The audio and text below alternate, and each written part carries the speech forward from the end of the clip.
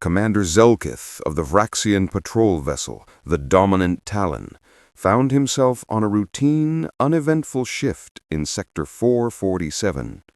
The deep outer territories were typically quiet, and his crew moved with the easy confidence of those unacquainted with genuine conflict. "Commander, I'm detecting an unusual signature," reported Sensor Officer Brix, her voice breaking the bridge's low hum.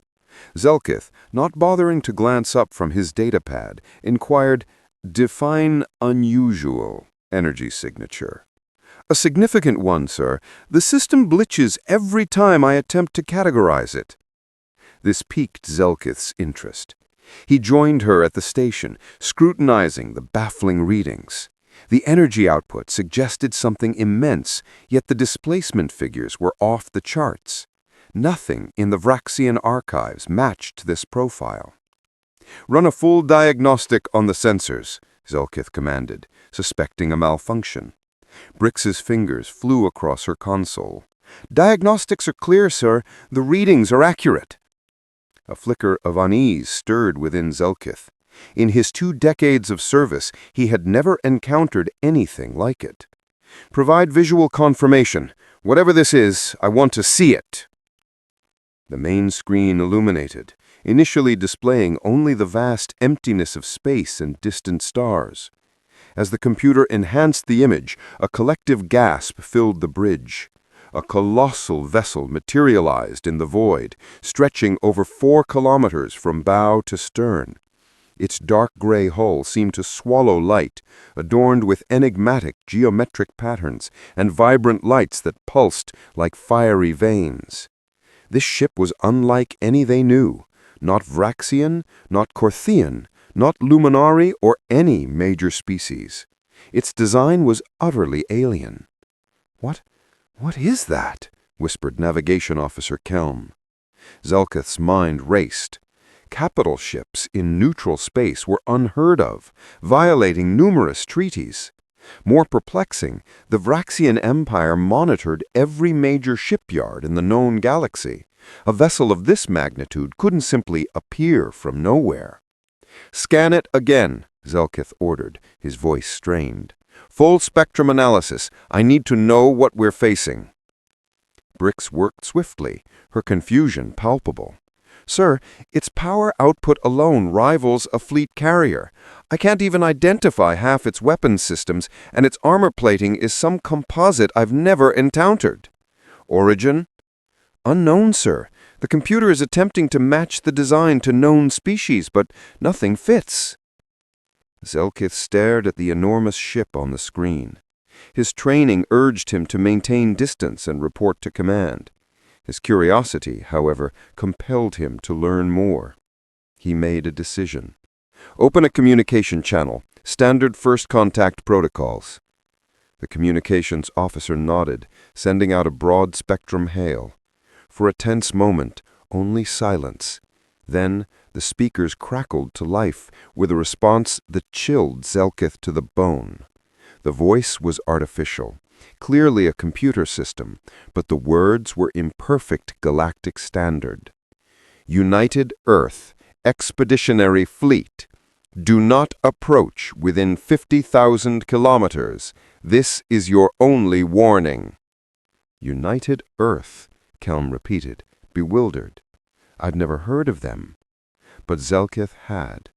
His eyes widened as ancient memories from his academy training resurfaced. Earth, humans, the Death World species from the far rim, who had barely achieved faster-than-light travel a few cycles ago. They were classified as primitives, hardly worth monitoring.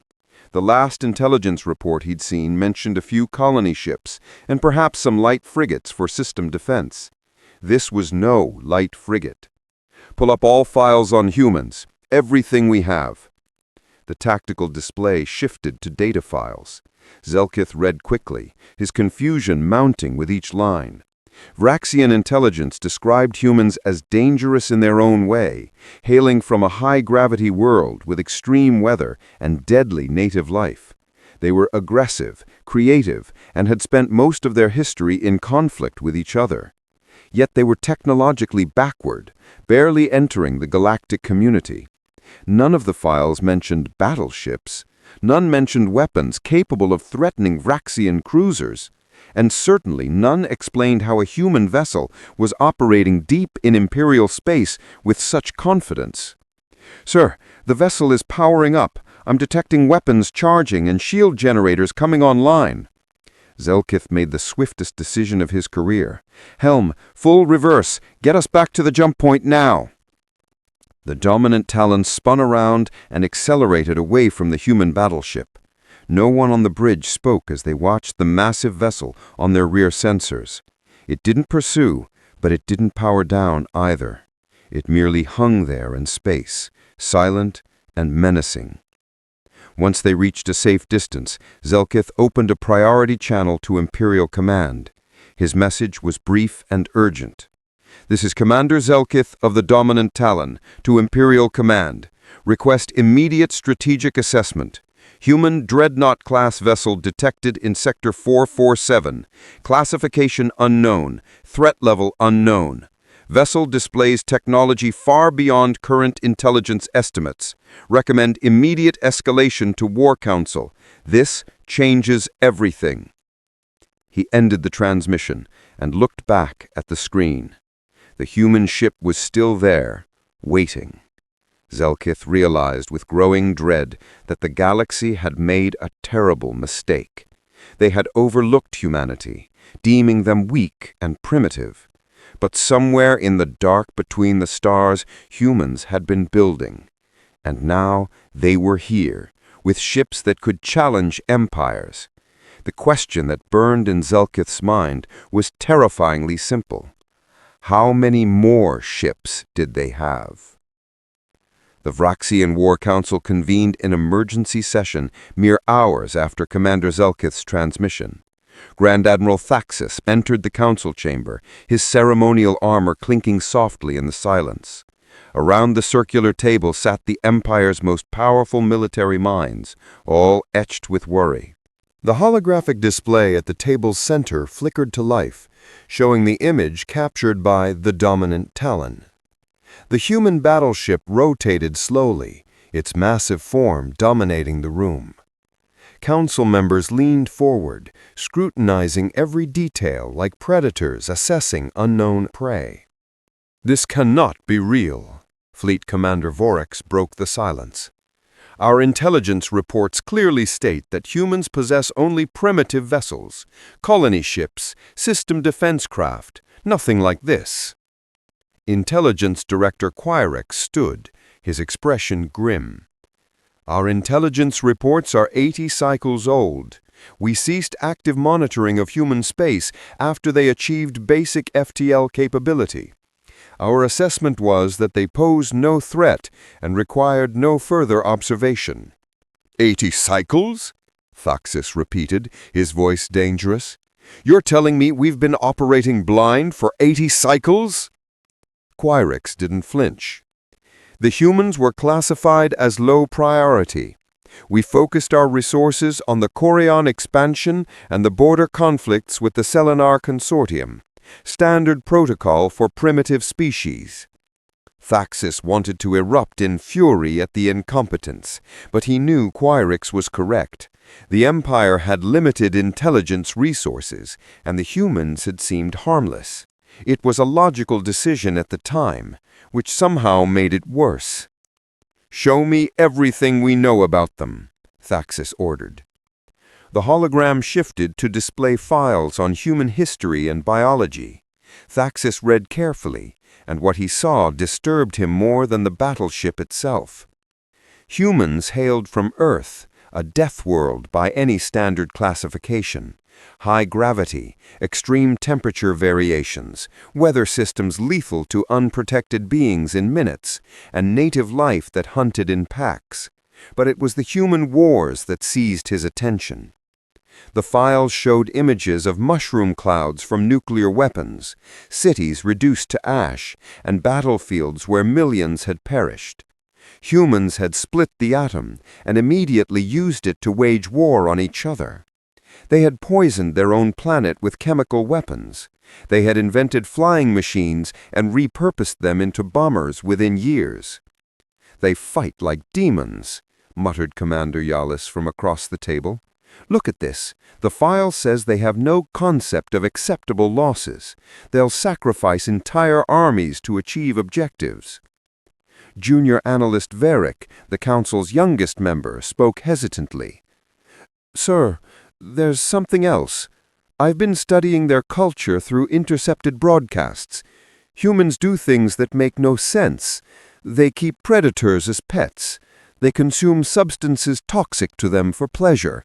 They throw themselves from aircraft for entertainment.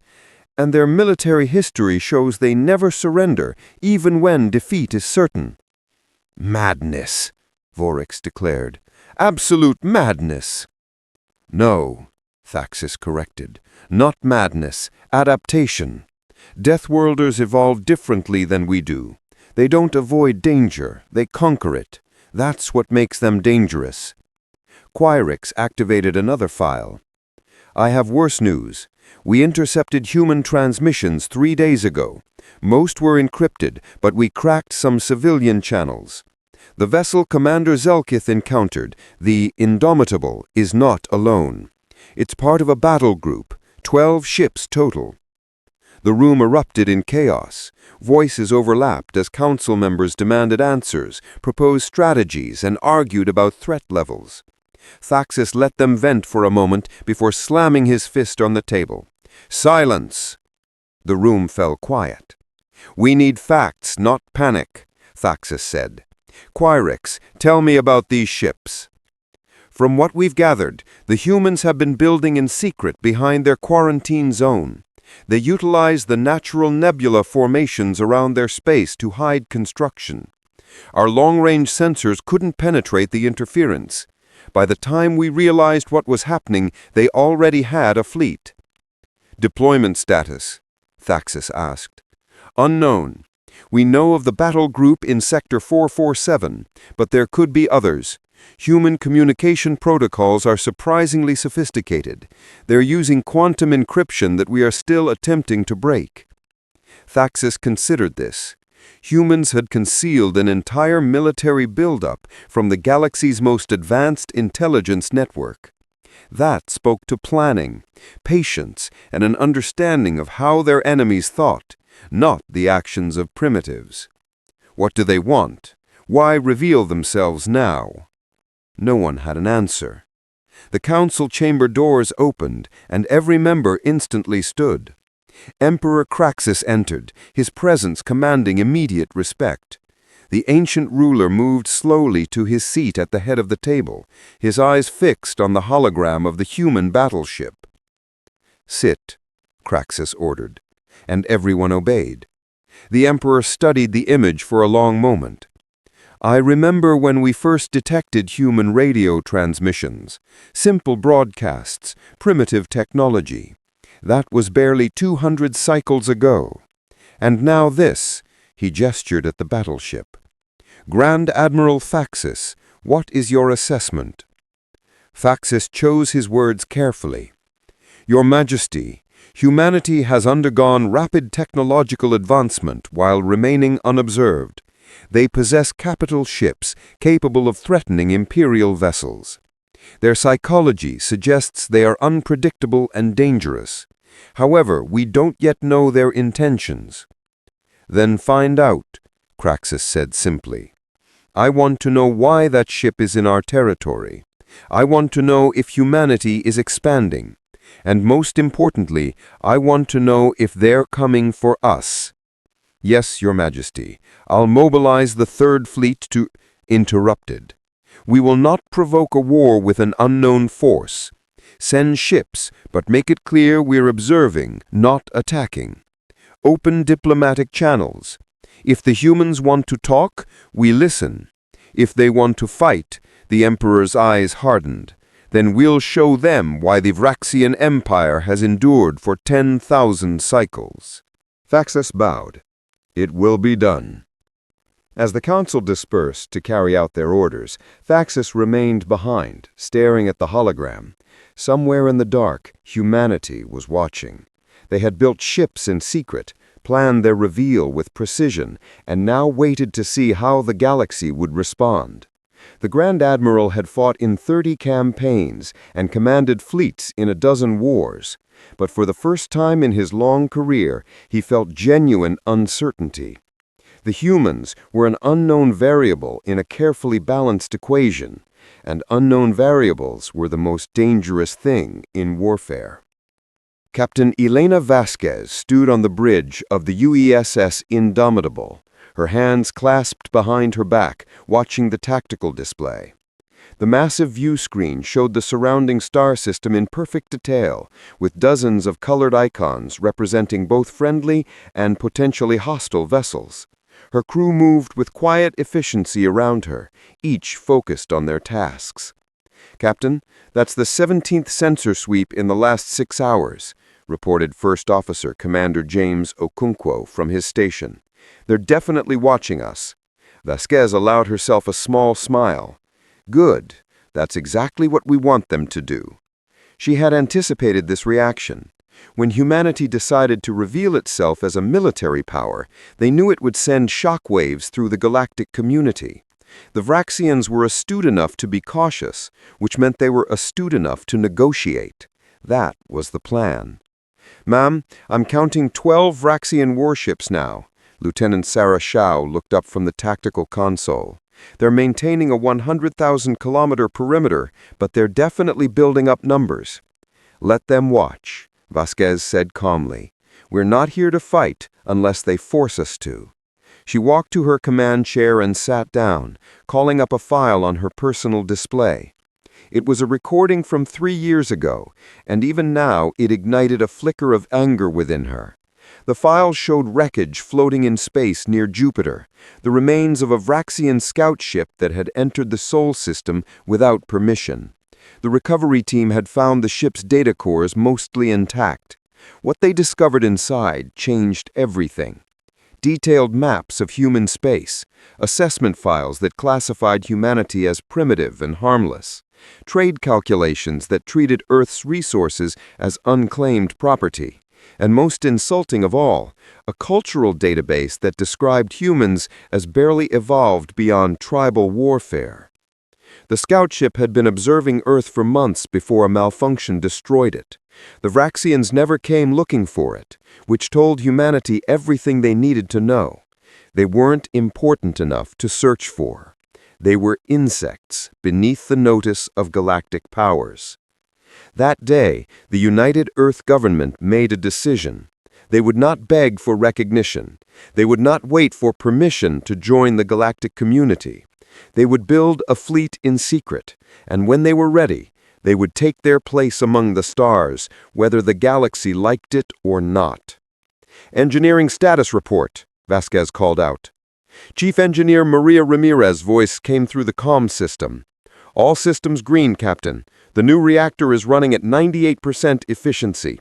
We could maintain combat operations for 6 months without resupply." "Excellent work, Chief." Ramirez chuckled. "The Vraxians are probably losing their minds trying to figure out our power system. Wait until they learn we're running on fusion compression drives they haven't even theorized yet." Vasquez shook her head, although she was smiling. Humanity hadn't invented anything revolutionary. Fusion power, energy shields, particle weapons, all of that existed in the galaxy already. But humans had a talent for combining existing technology in ways no one else considered. It came from necessity. When you evolved on a planet trying to kill you every day, you learned to be creative, or you died. "Captain, incoming transmission," announced Communications Officer David Park. "It's from the Vraxian flagship. They're requesting formal diplomatic contact." The bridge went quiet. Every eye turned to Vasquez. This was the moment they had been building toward for 3 years. First contact on humanity's terms, from a position of strength. "How polite was the request?" Vasquez asked. Park smiled slightly. "Very polite, ma'am. They used formal diplomatic language and multiple courtesy phrases." "They're scared," Okonkwo said quietly. "They don't know what we're capable of, so they're being careful." Vasquez nodded. "That's the whole point of this exercise. Fear breeds respect, and respect opens doors to negotiation." She stood up and straightened her uniform. "Tell them I'll meet with their representative at the neutral station designated in the treaties. Standard first contact protocols." "Yes, ma'am." As Park sent the response, Vasquez walked to the viewport and looked out at the stars. Behind her, the crew continued their work. These were veterans, every single one of them. They had fought in the belt conflicts when mining colonies went to war over resources. They had served during the Mars pacification when the Red Planet's independence movement turned violent. They knew combat, and they knew how to stay calm under pressure. "Permission to speak freely, Captain?" asked Lieutenant Shao. "Granted." "Do you think this will work, the show of force? I mean, what if they decide to attack instead of negotiate?" Vasquez turned to face her tactical officer. "Then we fight, and we make sure they remember it. But I don't think it will come to that. The Vraxians aren't stupid. They're probably analyzing every byte of data they have on us right now, trying to figure out our capabilities. And the more they learn about human history, the less they'll want to test us in combat." She was right. Of course the Vraxians would find records of the world wars where the millions died over scraps of territory. They would read about nuclear weapons used against cities. They would see footage of human soldiers fighting in conditions that would kill most species. And they would realize that humanity's greatest weapon wasn't technology. It was stubbornness. Humans didn't know when to quit. It was a survival trait born from 1,000,000 years of evolution on a planet that demanded absolute determination. Give up, and the environment killed you. Stop fighting, and predators ate you. Surrender, and your tribe starved. So humans learned never to surrender, never to stop, never to accept defeat until they were physically incapable of continuing. That terrified other species when they finally understood it. "Captain, the Varexians are moving their ships back to 200,000 kilometers, Shao reported. "I think they're giving us space." "Smart of them," Vasquez said. She returned to her command chair and pulled up the mission parameters. The Indomitable was officially here for deep space cartography and establishing listening posts. That was true as far as it went, but the real mission was simpler. Be seen, be impressive, be undeniable. Humanity was announcing itself to the galaxy, and they were doing it with the biggest, most advanced ships they could build. The message was clear. We are here, we are strong, and we will not be ignored. "All hands, this is the captain," Vasquez said, opening a ship-wide channel.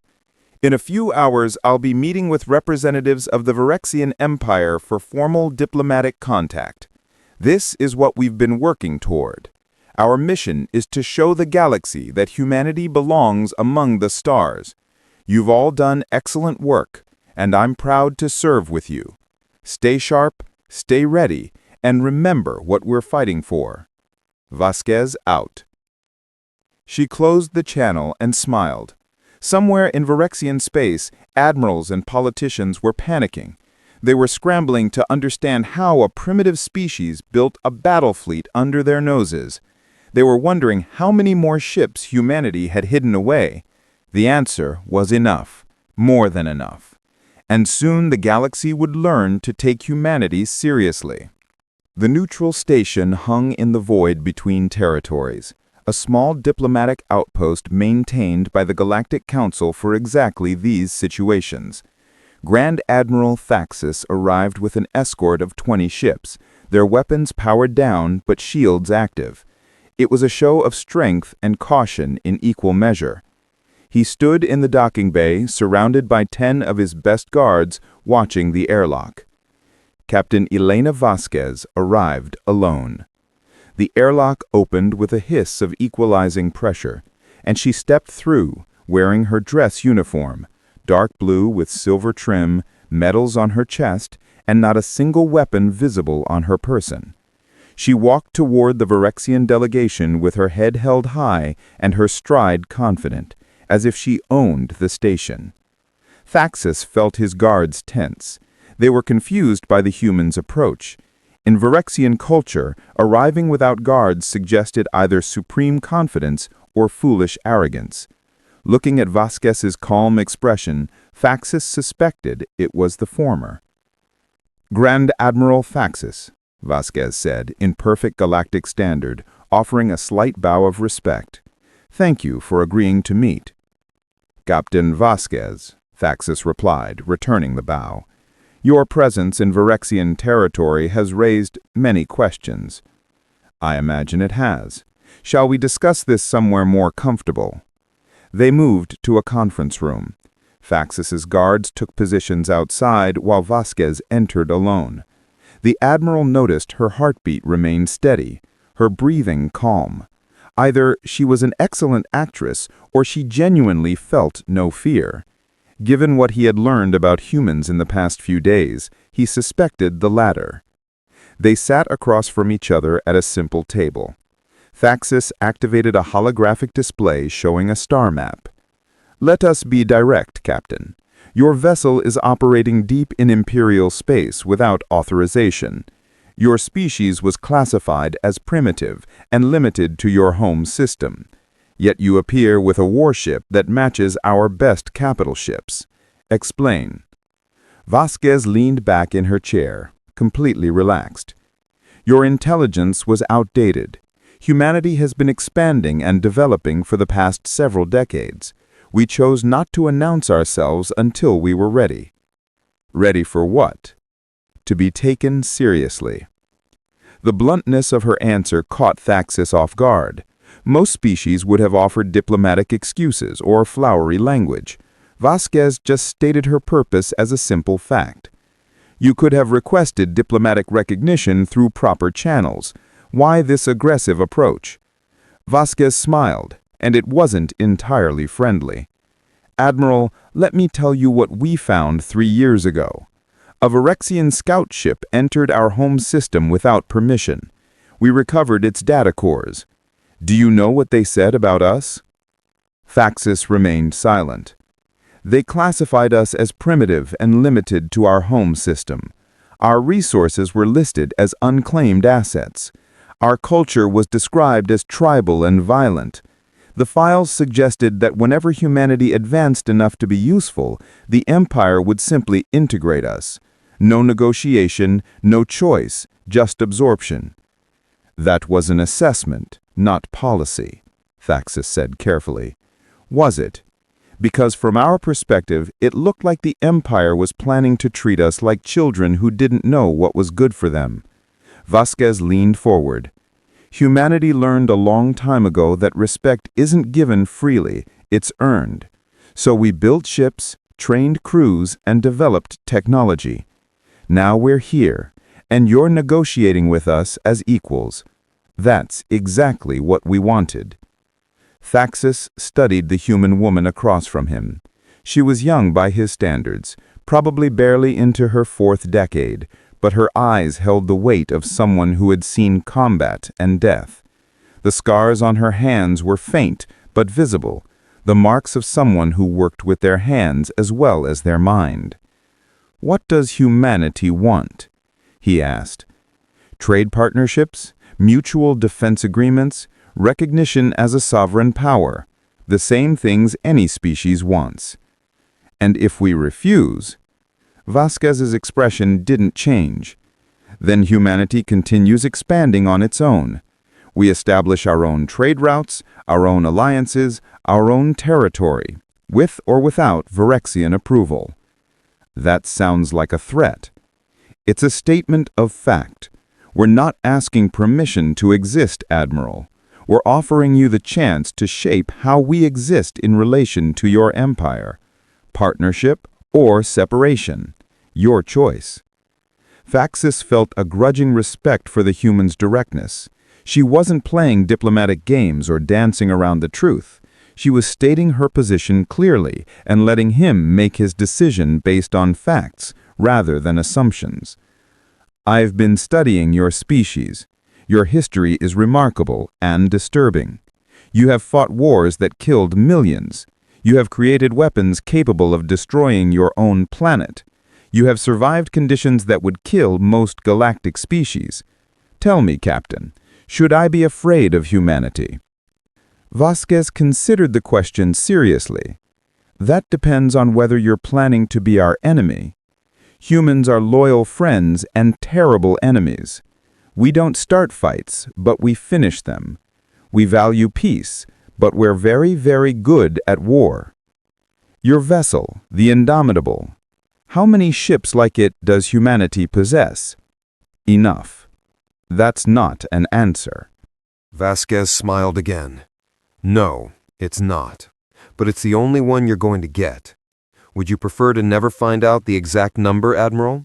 Or would you like to test our strength and risk losing ships finding out?" Thaxis understood the game. Now Vasquez was offering uncertainty as a weapon. The Vraxian Empire could attack and discover humanity's true strength through combat, or they could accept humanity's claims and avoid the risk. It was clever psychology. "We intercepted some of your transmissions," Thaxis said. "Your battle group consists of 12 ships. That's hardly a fleet. That's one battle group in one sector, operating openly." Vasquez's eyes gleamed. "How many other groups do you think we have operating quietly in different regions? How many ships are still under construction in our shipyards? How many weapons systems are we testing that you don't know about?" She was bluffing. She had to be. But Thaxis couldn't be sure. And that uncertainty was exactly what she wanted to create. "You're asking me to negotiate from a position of ignorance." "I'm asking you to negotiate from a position of wisdom. You're a military man, Admiral. You understand the cost of war.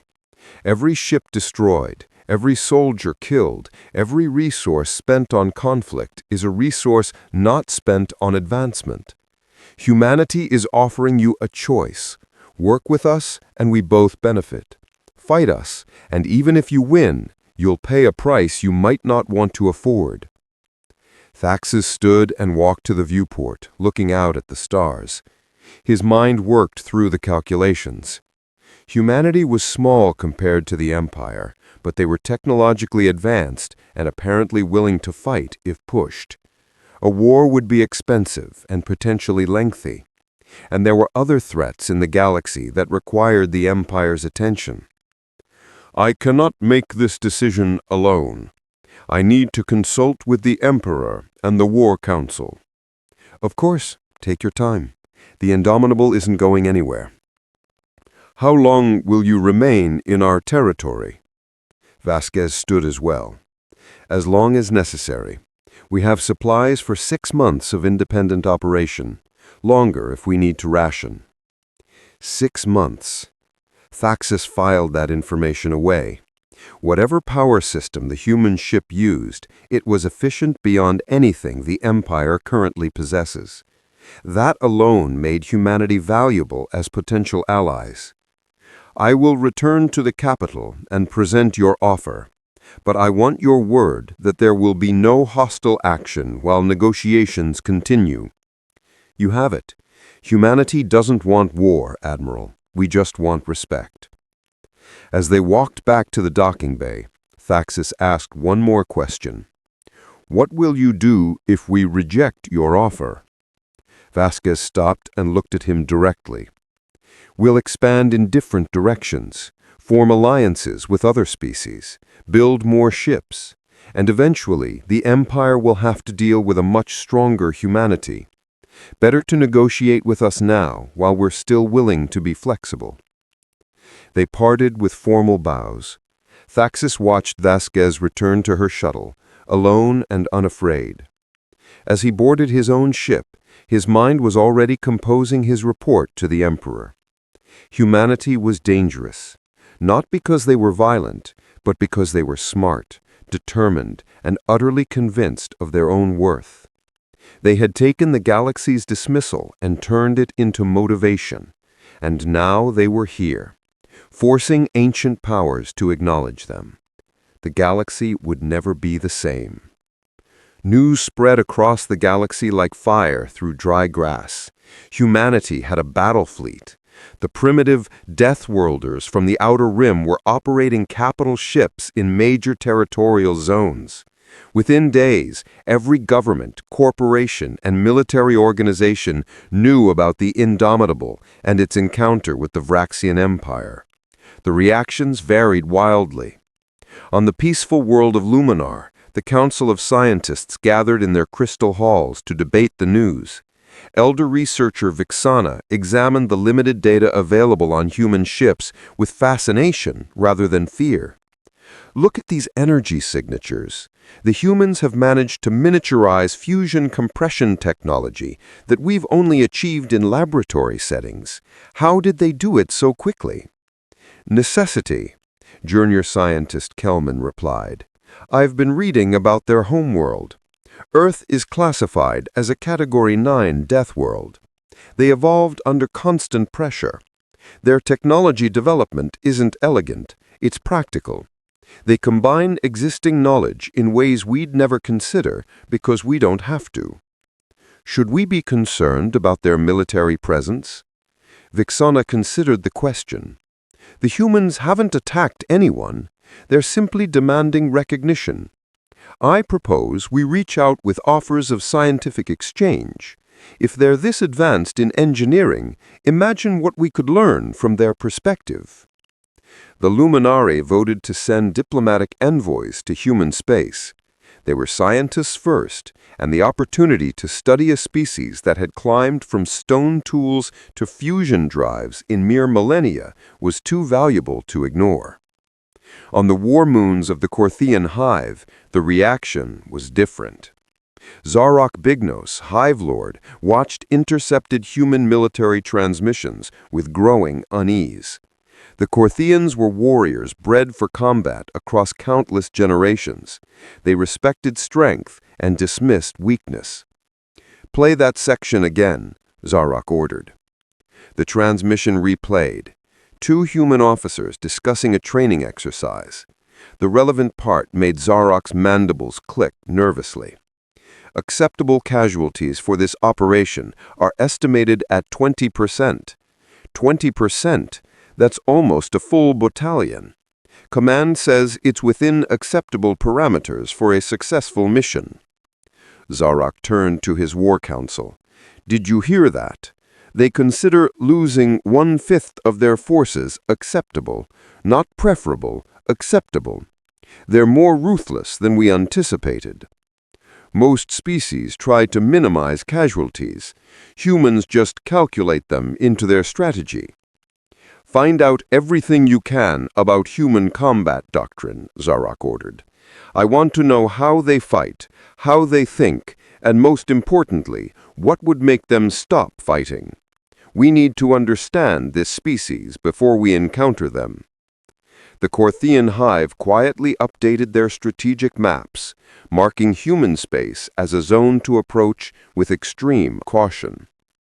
Meanwhile, the UESS Indomitable continued its mission in Vraxian territory, but it wasn't alone anymore. Every few days, another human vessel appeared in a different sector. The UESS Perseverance was detected near the Luminari border. The UESS Defiance appeared in neutral trade zones. The UESS Resilience was spotted conducting surveys in unclaimed space. Each vessel followed the same pattern: operate openly, respond politely to hails, make no aggressive moves, but demonstrate clearly that humanity had the technology and will to defend itself. Galaxy news networks struggled to keep up with the sightings. Analysts debated endlessly about how many ships humanity actually possessed. Estimates ranged from 20 to over 100. No one knew for certain, and humanity wasn't telling. Captain Vasquez received daily reports on the galaxy's reactions from her intelligence officers. She read them with satisfaction. The plan was working perfectly. Humanity had gone from ignored primitives to a species that demanded attention. empires were updating their strategic assessments. Trade guilds were inquiring about potential partnerships. Even aggressive species like the Corthians were being cautious. "Captain, incoming transmission from Earth," announced Communications Officer Park. "It's Admiral Chen." Vasquez smiled. Admiral Chen was her mentor and the architect of humanity's reveal strategy. "Put her through." The holographic display showed an older woman in full naval uniform, her gray hair pulled back severely and her dark eyes sharp with intelligence. "Captain Vasquez, I've been reading your reports. Excellent work." "Thank you, Admiral. The Vasquez are still negotiating, but I think they're leaning toward partnership rather than confrontation." "Good, because I have new orders for you. You're being promoted to Rear Admiral and given command of the First Contact Fleet. The Indomitable will be your flagship." "I'm honored, Admiral." "You've earned it. You did what we asked. You showed the galaxy that humanity can't be ignored. Now comes the harder part. We need to build real relationships with these species. Turn fear and respect into cooperation and trade." "I understand." Chen's expression softened slightly. "How are you holding up? This has been intense." Vasquez glanced around her bridge, where her crew worked efficiently at their stations. "I'm good. The crew is solid. We knew what we were signing up for." "You've changed the galaxy, Elena. I hope you realize that. 2 months ago, humanity was a footnote in galactic databases. Now, we're a factor in strategic planning across multiple empires. That's because of what you and your crew accomplished." After the transmission ended, Vasquez stood and walked to the viewport. Outside, the stars gleamed against the black. Somewhere out there, the Vraxian Empire was debating humanity's future. Other species were watching and wondering what these aggressive Deathworlders wanted. The answer was simple. Humanity wanted the same thing every species wanted: survival, prosperity, and the freedom to chart their own destiny. They just weren't willing to beg for it. 3 days later, Grand Admiral Faxis sent an official communication. The Vraxian Empire was prepared to open trade negotiations and discuss mutual defense agreements. They recognized humanity as a sovereign power with legitimate territorial claims. The message was formal and carefully worded, but the meaning was clear. The Empire was choosing partnership over conflict. Vasquez immediately ordered her communications team to send the news back to Earth. Within hours, similar messages came from the Luminari and several smaller governments. The galactic community was opening its doors to humanity, not out of charity, but out of recognition that the humans had forced their way to the table. In the capital chambers of Raxus Prime, Emperor Craxus watched human ships patrol what had been neutral zones just weeks ago. His advisors presented reports on the diplomatic progress, trade opportunities, and strategic advantages of alliance with humanity. "We ignored them because they seemed weak. We looked at their primitive technology and slow development and assumed they were no threat. Yes, Your Majesty, but we failed to account for their potential. They didn't evolve on a gentle world like ours. They clawed their way up from a planet that tried to kill them every day. That made them creative, determined, and very dangerous. Should we be concerned about them long term?" Craxus was silent for a moment. "Yes, but not as enemies, as competitors. Humanity will continue to grow and develop. In 100 cycles, they might rival us. In 200 cycles, they might surpass us. But that's true of any species. The question is whether we want them as allies during that growth, or whether we want to face them as strangers when they're even stronger. The War Council recommends alliance, as do I." Craxus gestured at the tactical display showing human ships. "They've proven they can build and fight. Now let's see if they can negotiate and cooperate.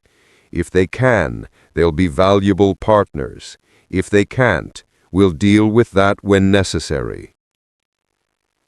Aboard the Indomitable, now redesignated as the flagship of humanity's first contact fleet, Rear Admiral Elena Vasquez sat in her ready room, writing her final log.